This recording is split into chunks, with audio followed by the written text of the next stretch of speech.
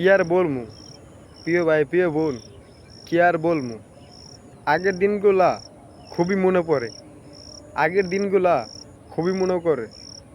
যেরকম ধরেন ছোটো থাকতে মানে ছোটোবেলা যখন ঈদ আইতো খালি চিন্তা করতাম কোন সময় বাবা মার্কেট করে দিব, কোন সময় বাবা মার্কেট করে দিব।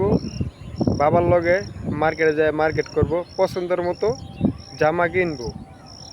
মানে ছোটোবেলার কথা খুবই মনে পড়ে।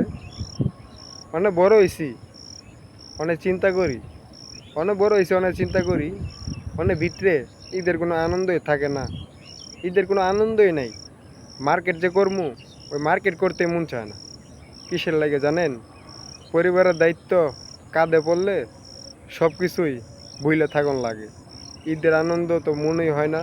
মার্কেট যে করমু ওইটা মনে হইব কি, ওইটা করতে মন চায় না মার্কেট। ঠিক আছে, আগের কথা খুবই মনে পড়ে। আগে ঈদ আইলেই আনন্দ খুশি, কত মজা লাগতো। আর অনেক ঈদ আইলে যেরকম দায়িত্ব বাড়ে, অনেক ঈদ আইলে নিজের থেকে বেশি অন্যজনের দায়িত্ব বাড়ে।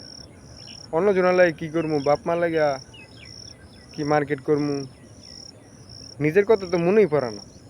ঠিক আছে, বড় না হলে বুঝতে পারতাম না যে পরিবারের দায়িত্বটা কতটুক যে কঠিন। পরিবারের দায়িত্ব যার কাঁধে পড়বো তার ভিতরে কোনো আনন্দ, তার ভিতরে ঈদ জিনিসটা যে আইছে, তার ভিতরে মার্কেট জিনিসটা যে করতে হবে সেটা তার মনেই পড়বো না যখন কিনা পরিবারের দায়িত্ব তার কাঁধে পড়বো।